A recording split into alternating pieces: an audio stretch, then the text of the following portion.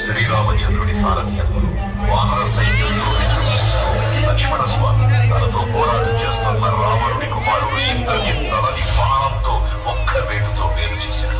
ఇంద్రజిత్ రావణుడు ఆవేశంతో ప్రతీకారం కోసం పాతాళ లోకాధిపతి తన సోదరుడు అటువంటి మహిరావణుడి సహకారం కోరాడు.